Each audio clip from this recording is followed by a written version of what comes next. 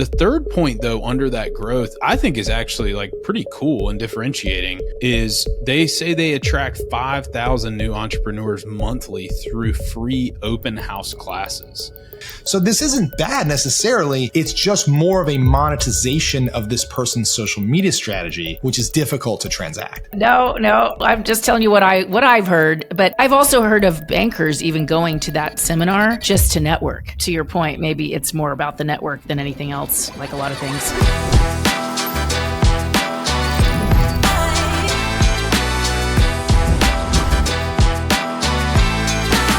Hey everyone, welcome back to another episode of Acquisitions Anonymous. This is the internet's #1 podcast on buying, selling, and operating small businesses. I am one of your hosts, Bill D'Alessandro, and today we actually have all 4 of the co-hosts on the pod, and we do a no-code app development agency business. The thing that's interesting about this one, though, is the founder stars in all the ads. They have this really sophisticated ad funnel. The business is growing well, really good business to own, but we talk a lot about how it needs to be positioned in order to actually transact and become less dependent on the founder. We also have an interesting detour toward what it actually means to be a certified business exit planner, which is something that's been cropping up more and more in recent years, whether it's worth hiring one. We also have some harebrained ideas about extensions for the pod at the end. So with that, I hope you enjoy this episode of Acquisitions Anonymous.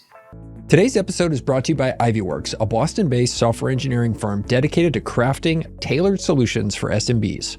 Are you tired of off-the-shelf software that doesn't quite fit your needs? IvyWorks understands. Specializing in operations and client-facing software, they guide you from discovery to design, engineering, and beyond. With a track record including projects like AI-powered drones for roof scanning and mobile apps for managing large-scale operations, IvyWorks is not your average firm. Led by founders Callan and Sam, they prioritize transparency and personal attention, involving you in every step of the process. Act now and receive a free discovery session complete with systems, architecture design, and feasibility study. And even if you don't choose IvyWorks, you'll walk away with a comprehensive project scope. Don't settle for generic software solutions. Visit IvyWorks today and mention Acquisitions Anonymous for your free project discovery walkthrough. Let's build the software your business truly deserves. Hey, everybody. Got the whole gang here. Let's Another go. episode, Acquisitions Anonymous. Full house. We got a fun one today, but everybody's dispersed. Bill's about to get on the road and go on a trip. Michael's on a trip. Do you sense the dedication from the team here? That's right. that's Neither hell putting nor pressure. high water will keep us from That's the putting podcast. pressure. I'm going to Hawaii in a week. So I guess I gotta dial in from Hawaii then. You can't right? miss a recording, Heather. I can't. Okay. I'll be up even early. Even if you're mid-flight, we want to have you. That's right. Hawaii time. It's already enough. We ask Heather to join at like 7 a.m. her time zone. Sometimes it'll be like 4 a.m. Hawaii time zone. Yeah, it'll be the middle of the night. Don't worry, it's okay. So Heather, like to us people in like flyover America, like Hawaii seems like this really foreign place because it's a 4.5 hour flight from Southern California. And then we have to fly 3 hours, or I think in Bill's case, how long does it take you to get to LA, Bill? 3.5 hours? Like 5 hours to LA. 5 hours to LA. So Bill's got like a 9 hour. It's easier for Bill to go to Ireland than to go to. Yeah, literally. To I've never to been Hawaii. to Hawaii. It's too far. It's Yeah. So what does it feel like when Hawaii is just kind of like not that far? It doesn't feel that it doesn't feel that foreign It's to you super guys easy. in Southern California? Yeah, I mean, we take like my kids have been going every year since they were pretty young, and it's just kind of like a normal, easy vacation. It's like a super weekend late. getaway. I've done it over a holiday weekend before, just spur of the moment, like let's just go. So yes, you can do that. But on the other side is like we'd like to go to Europe too, but Europe, is the opposite. It kind of kills us to get there, and then the time zone change. It's like we need 2 days to get over it. Just to go to Europe. So we don't go there as often. But Hawaii, most Californians go quite a bit. Maybe it's the way Texans appreciate Cancun or Mexico City. Like we're just just sit down there. It's an hour and 45-minute flight to Mexico City. Like then what they don't tell you about Mexico City is the airport's such a mess that you spend an hour and 45 minutes getting off your plane onto a little bus, and then they drive you to the terminal and you try to go through security. So anyway, sorry. That's my rant about the Mexico City airport situation. I love it. And there's literally no segue into our deal, except that, where did you say you are right now, Michael? You're in Michigan? Michigan. Okay, this deal's in Michigan. Here we go. Here's our segue. This is an agency startup located in Michigan. Do you want me to read it? Yeah. Oh, yeah. You want to read it? Yeah. Since I speak Michiganer now. Yeah. Yeah. Upstate Michigan is really weird, by the way. You guys should come up here. It's like, so we're staying with a friend, and they have this thing called Boyne Thunder. Have you ever heard of this? Okay. Like this whole place is like kind of how you imagine like West Virginia weird, but like just even differenter, like more like we used to work at the Ford factory kind of weird. So this thing called Boyne Thunder is evidently there's these people who go buy like the normal speedboats that you get on lakes, but they buy gigantic versions of them that have like 2,500 horsepower. And they're cigarette boats basically, but they're for the Great Lakes up here. And so Boyne Thunder is basically their biggest event of the year up here in the Great Lakes. And they basically take these boats that have like 1,500, 2,000, 2,500 like horsepower, go 80, 90 miles an hour. Just like random people like you or I buys like $1 million boat. And then like they go like drink beer and run these things in a big pod of like 120 boats. Over the course of a day, and have like what they call a poker run. And it's just like the most bizarre thing I've ever seen in my whole life. I don't know how to explain it, but every part of upstate Michigan has basically been this way. So tomorrow night we got invited. We're going to there's a lady here who's 90 years old. She's been here since she retired, but she loves being a jazz singer, and she invites everybody over to her house twice a year, and she sings to them and has like a huge party.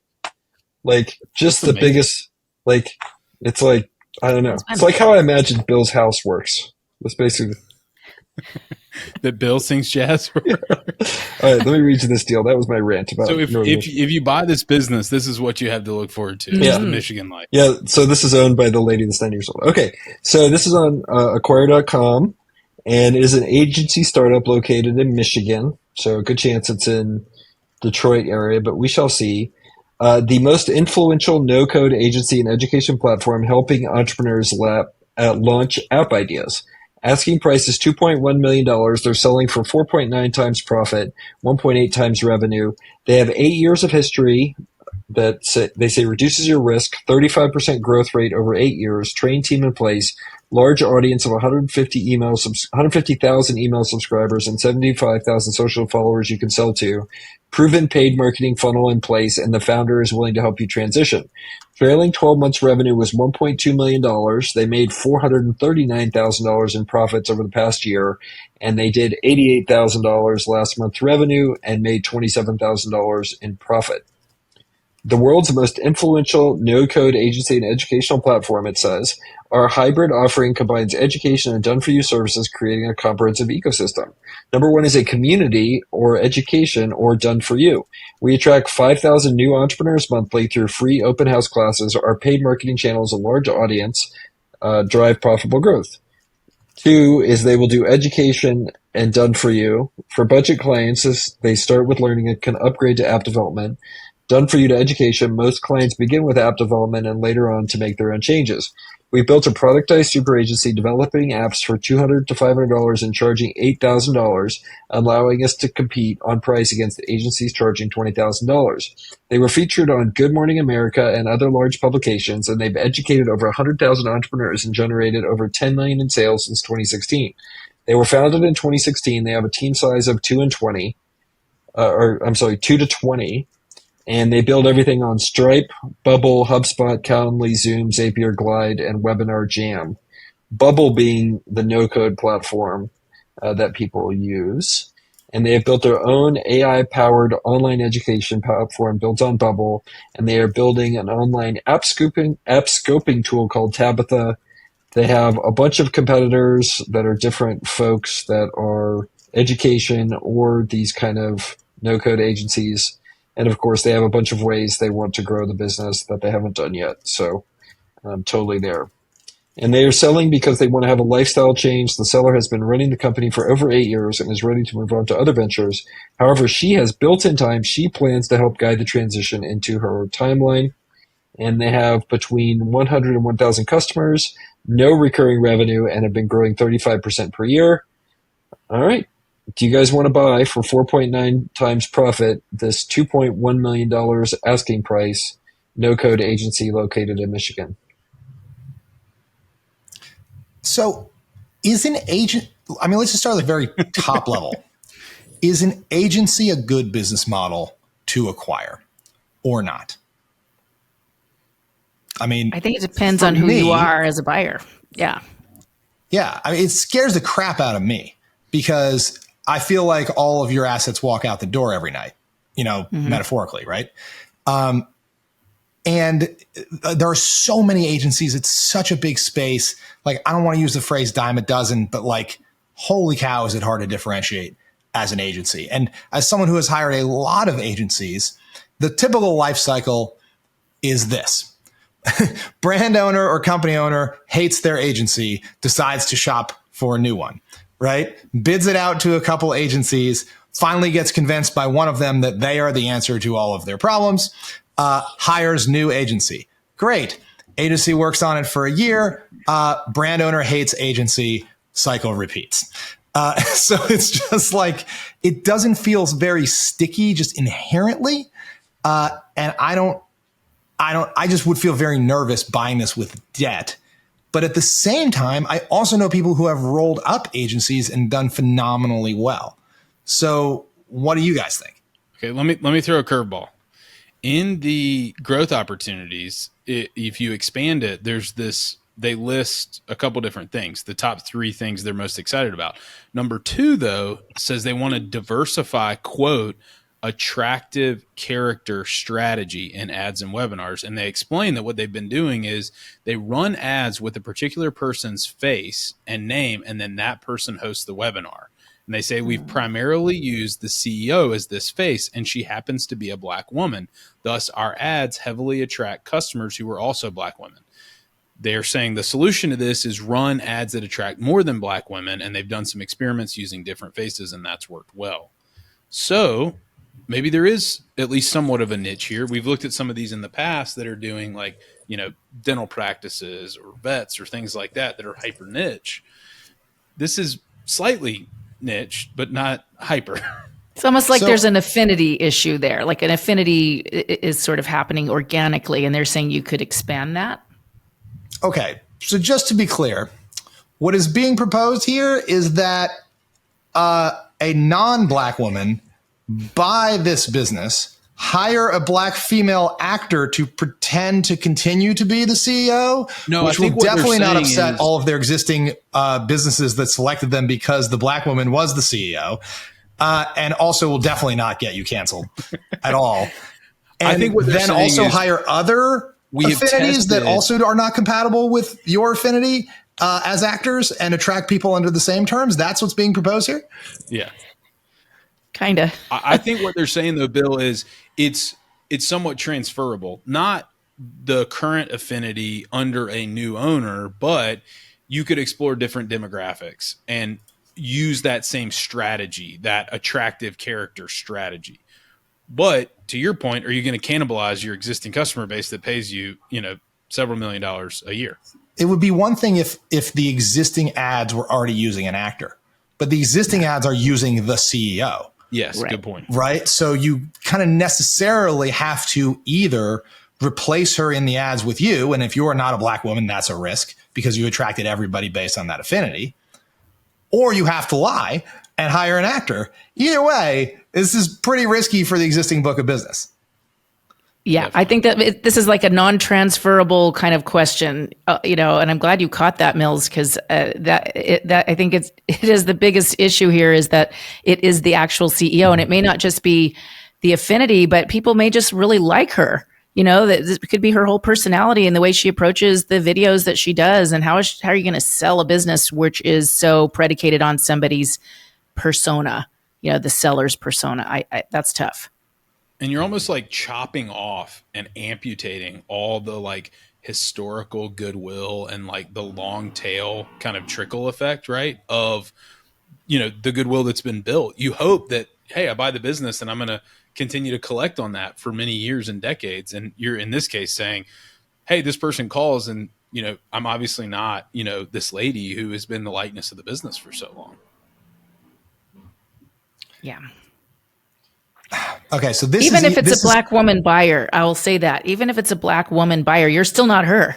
So I think, even that doesn't make me feel any better about it as a lender. The way I would look at it is I'd go watch all these videos and kind of get a feel for why people are doing business with this company. And if it really feels like it's her as a person, then I'd have a tough time thinking that this business is transferable. I think this is like one of the great catch-22s of modern marketing, which is that marketers have figured out that people buy from people. Like people authentically buy from people. And every good marketing agency is pushing founders and CEOs to be in the ads, right? Because it's really authentic and people buy from people. And it works. So what happens is you appear in one ad. I'm sure, this woman, she appears in one ad and it works. And they go, oh, make more ads, right? So she appears in more ads and it's really working. But at some point you kind of pick your head up and go, oh crap, this business is dependent on me, right? Like I'm the mascot. Suddenly how did this get not transferable?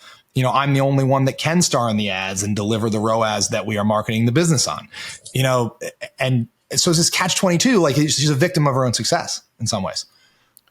Well, and we did, recently we did that DEI, African-American higher ed kind of website, job platform, online news site. And it was kind of the same thing. You've niched down and you've used it to your advantage. And then all of a sudden it becomes a double-edged sword.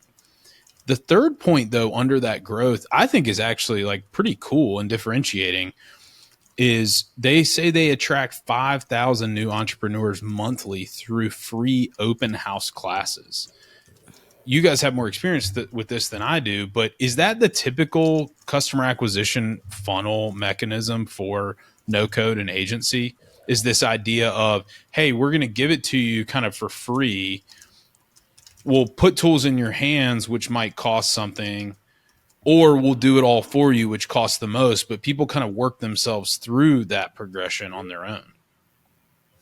I mean, most agencies, no-code agencies that I know, they tend to get business through referrals first and foremost, right? They've got their network and their friends, and they become the guy in their town that everybody refers to, or gal in that case as well.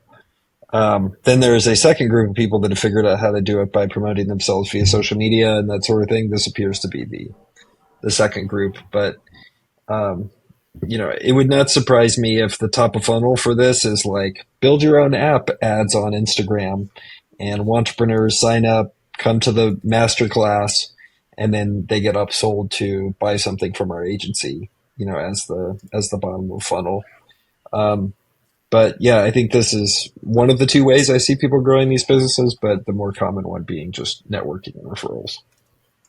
And Michael, what you framed out works super well. Like I can see, especially like if she's charismatic, right? She's in the ad, she's on the webinar, and people feel like they get exposure to the person that they saw in the ad on the webinar, and that they feel like they're hiring her to do the work, right? I mean, they know they're hiring her agency, but they feel like they're hiring her to do the work. And it works so well, as I mentioned, because of affinity marketing, because of the authenticity of it. But it also means as soon as she leaves, your entire marketing funnel is over. I agree. And 5,000 a month is a lot of people. And they're saying you could do more webinars and get more than 5,000. I mean, that's a pretty big number already. I don't know really, even with her, how much more you could get. It's a great sales funnel. I agree, but feels very dependent on her webinars. I'm sure she's the one delivering the webinar. Yeah, this is tough. It's a good business, and she's really smart. Like this whole funnel is really awesome, but I don't see how a buyer steps into this and replaces her. It's interesting. We can kind of back into probably how much they're spending on CAC here. So last month, they did $88,000 in revenue and $27,000 in profit. And they said that they're basically spending about $500 for each $8,000 as cost of goods, right? In terms of what they're paying to have the app developed. So if they're doing 88,000 a month, that means typically at 8,000 on average per app, that means they're doing 11 apps per month. So they're only spending about $5,000 on whatever offshore team they're using to build this stuff for them, to build the no code sites on Bumble. So that means she's probably dumping another 20 to 30 grand, assuming she has a lean team, back into paid CAC. Their conversion is incredibly low. 11, let's just say it's 11 paying customers a month on, 5,000 per webinar. Yeah, that's what I would notice. That's what I thought when I saw 5,000. That's an awful lot of people that are just kicking the tires, I think, showing up to these things. And, I think there's a lot of work in sorting through the 5,000 to get to the 11. So some of that may be paid marketing and some of it may just be a team sorting through the sales pipeline, interacting with clients. Yeah, I will say, this business has definitely grown from infancy into some, like you said, Michael, most people running agencies like this are just the person in their town. They start small. It snowballs very slowly. It's all word of mouth. She's built something here that is really impressive. She has not just kind of waited and been kind of a passive recipient of incoming leads. She's going out there, says they're only doing Facebook and Google. She clearly knows how to catch people's eyeballs and convert them into a click, right? Or a sign up for a webinar. But it's not yet to that point where it's tipped and becomes something much bigger. It's only 1.2 million, right, in revenue. This is a very small business still to have as much kind of, I guess, muscle, so to speak, or at least the early stages of a robust process. Well, there's one way to think about an agency business when you target this low end of the spectrum is, and by the spectrum, I mean the types of customers that you get in. Like what you'll see is these agencies all tend to stall out around $1.5–2 million in revenue. And that's because that becomes about the size at which the CEO can no longer maintain personal relationships with their customers, right? Like that's where everything kind of falls apart. And every agency that I know that targets these tiny, small, micro kind of businesses, they all end up kind of hitting this level of profitability and also this level of revenue and never growing past that. So it's beautiful when they get there. They just unfortunately have created themselves a job they can't really get out of. Did it say what the reason for sale was? Lifestyle change. I would think it might just be burnout. Mm-hmm. Seller has been running the company for over 8 years and is ready to move on to other ventures. However, she has built in time. She plans to help guide the transition into her timeline.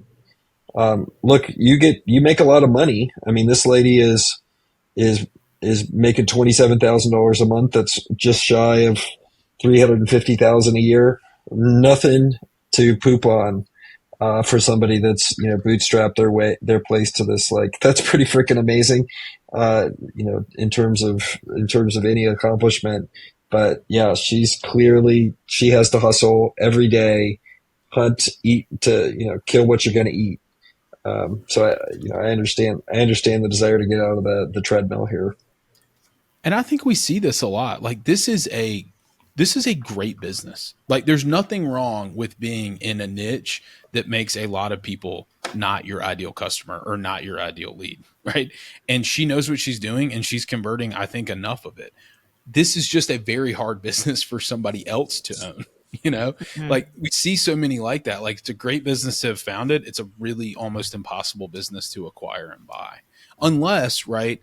And we've looked at some that are like this, unless you can be the protege and you can be mentored and you can transition the business very gradually. But then it always begs the question, why buy a business? Like Bill, I think you started down this path earlier. Why buy this business if you could just recreate it? Is there anything fundamentally that different about offering no code that this business does that nobody else can do? Not necessarily. They maybe just grab eyeballs differently. I think the no code stuff that this lady is doing is commoditized And I guess the future of no code agencies, that's another question as well, right? They're on Bubble. Bubble is losing. Webflow is crushing everybody. Like that's the direction it's going. So that's another question about this business. But I think what she's doing with the no code agency stuff is totally commoditized. What is interesting here is she has figured out how to tell the story of you want to be an entrepreneur. You should build this app. This is a way, as part of this African American community to transform your life and take control of things. Like there is something going on there that she has figured out that is very special. And I think that's what's the transferable value here. But to your point, Mills, like getting somebody to pay up for that up front is tough. But man, if she could find somebody who wanted to be the apprentice and come in and she could teach all that to that person and they could earn their way in and she could migrate her way out over time, I think that's the path for her to get out of this business and to see some money from it. Yeah, I think I see a pattern here that I see a lot, which is this woman was probably very charismatic. She's probably great on social media and she probably built a following. And then one of the ways to monetize a following is to turn the following into lead gen for a business built on the back of it, right? Like we've seen this on Twitter. The thing going on Twitter right now is all the offshore hiring, right? Where people have audiences and they're turning it into offshore staffing and placement agencies. And they're trying to use their social media as top of funnel. And it doesn't matter that the offshore hiring is commoditized because realistically, you're not building enterprise value, but you are monetizing your following. And that's kind of what I see here. Like, yeah, the no code stuff might be commoditized, but like, that's okay. And she might have known that going in because maybe the idea never was to build enterprise value or, people all the time convince themselves they are building enterprise value, but really maybe it's okay. This is just a great way to create, $500,000 a year of cash flow by selling her audience stuff they want, which is a no code app because her audience wants to be entrepreneurs, and to be an entrepreneur, people think they need an app. And so we're going to sell that to them, right? You got an audience that wants a thing, give it to them. So this isn't bad necessarily. It's just more of a monetization of this person's social media strategy, which is difficult to transact. Yeah. Well, it's also interesting now that we talk about it, when you frame it that way, Bill, like why hasn't she figured out more ways to monetize that relationship she has with all these customers? I mean, she has clearly 150,000 people who've signed up for the newsletter. 5,000 people show up to their open house classes. Like there's a lot more than just no code app services that she could be selling to these people now that they have a level of trust. I mean, even basic stuff like SEO, like I don't understand why she's not selling ongoing SEO services to these folks who pay her to build an app for them. Oh yeah. I'm sure they want all kinds of stuff. And so, I mean, if I were her, this doesn't feel like the time to sell this business. Like what I would start doing right now is she's got her in her head, she wants to sell the business. Okay, great. There's probably a 1 to 2 year time horizon where you've really got to do a couple things. Thing one is start to sell in some recurring revenue, as Michael mentioned. Thing two is you got to do the thing you're trying to tell the buyers to do and diversify your marketing.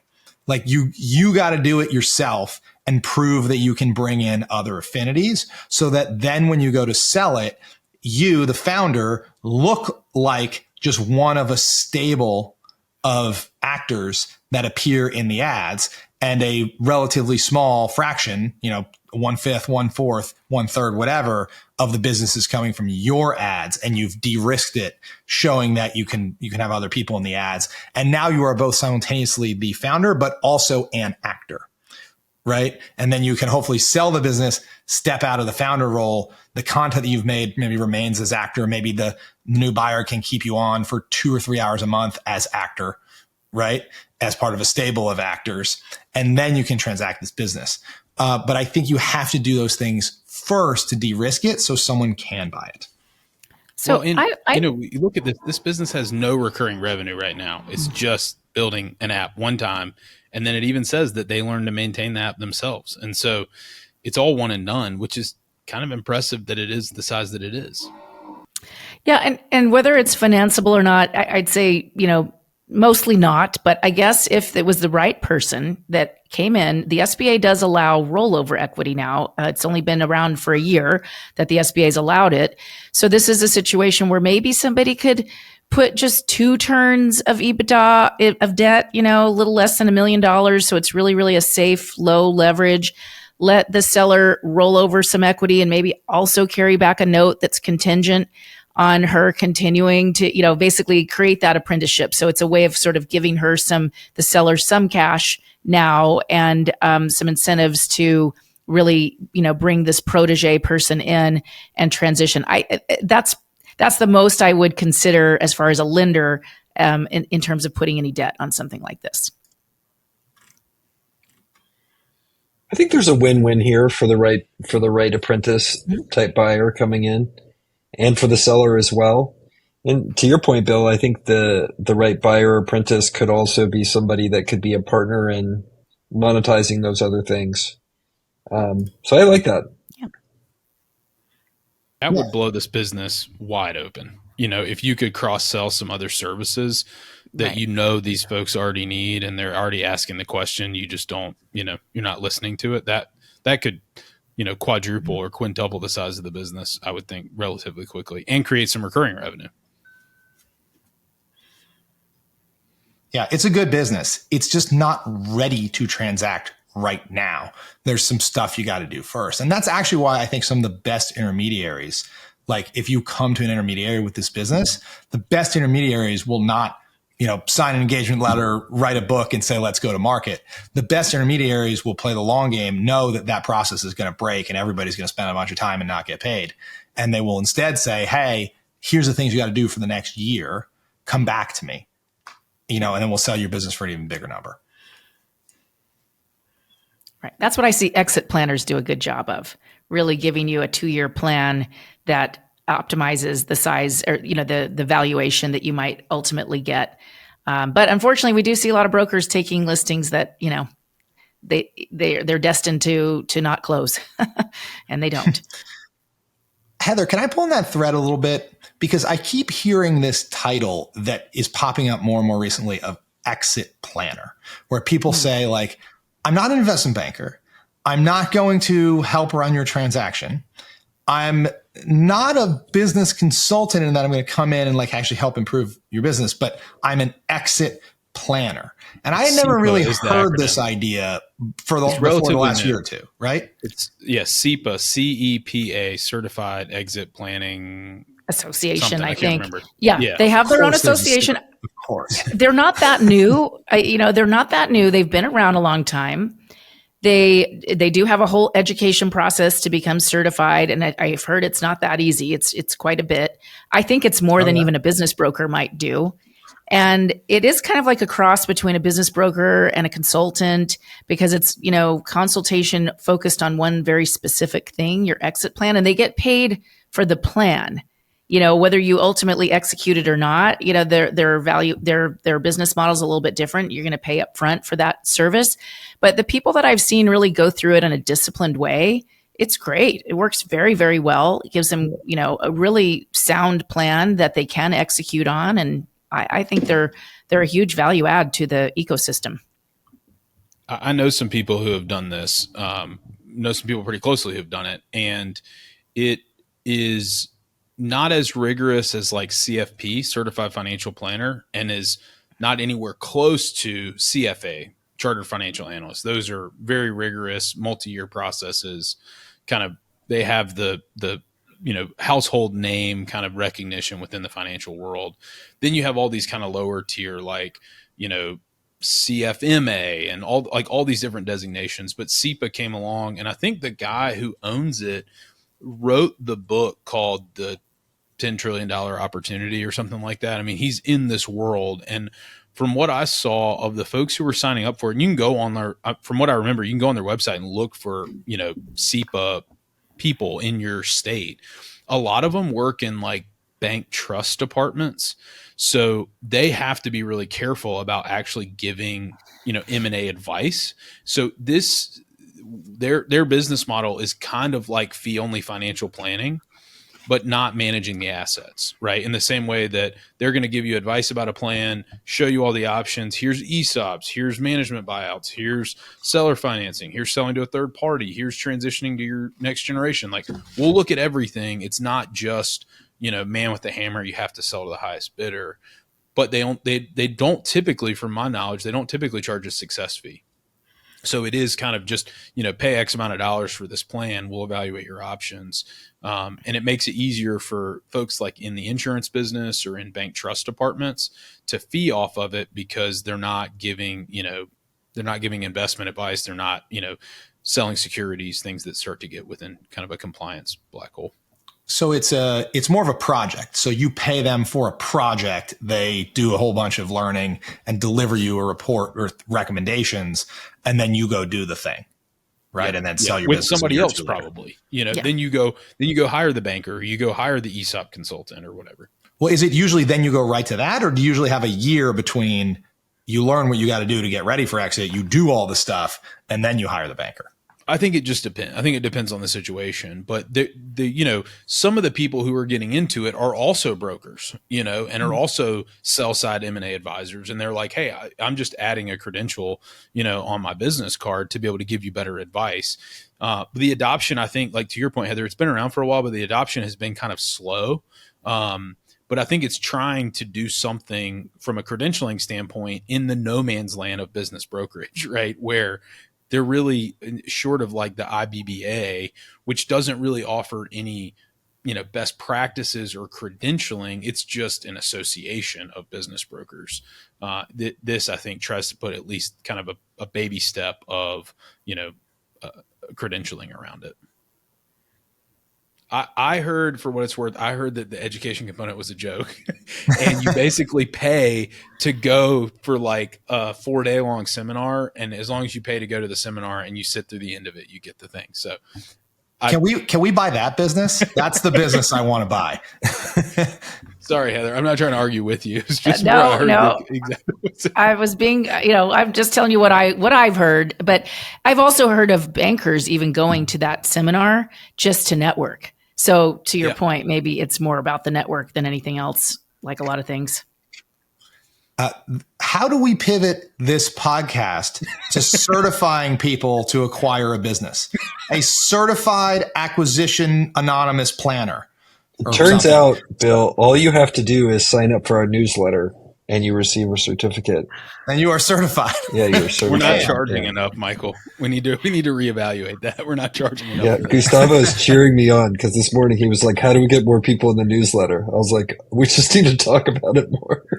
We will immediately, but actually, all right, so this is a little stupid, but what if there was a certification that a buyer could get that basically said, hey, I'm not a moron and I have definite funds, that you could give to a broker or a seller and go, hey, I'm not going to waste your time in diligence. Hey, I have funds, blah, et cetera, et cetera, et cetera.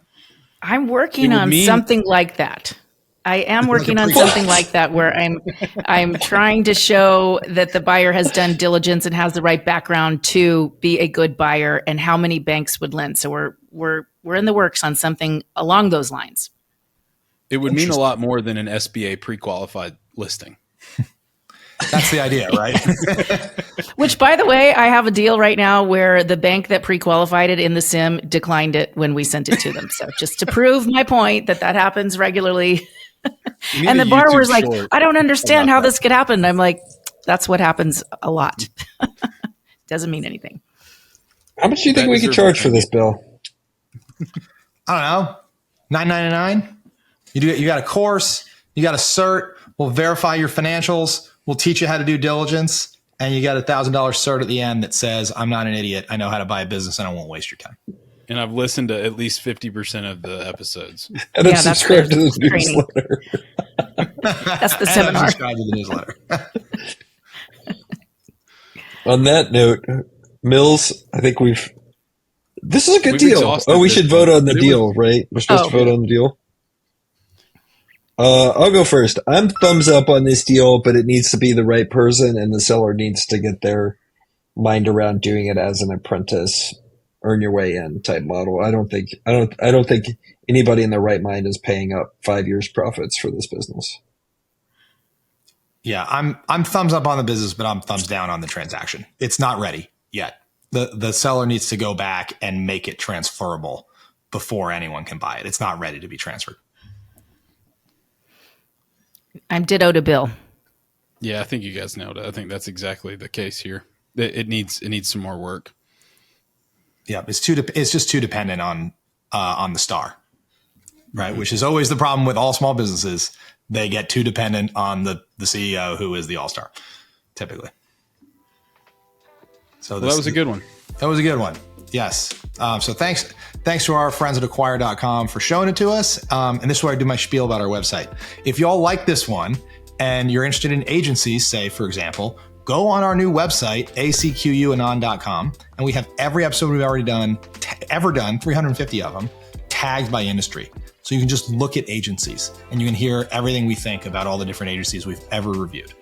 Also, you can get on our email list, which Michael was saying as a joke. In addition to a certification, though, we will also send you, it is really good. We send it once a week because we record the pod more than once a week. We aggregate a couple deals into it, a couple interesting articles from across the web, some interesting things the hosts are working on. It's not just the same as subscribing to our podcast feed. There's additional content in the newsletter. So if you like the show, I know you'll like the newsletter. So you can do that all at the website, acquanon.com. Thanks for listening, and we'll see you guys next time.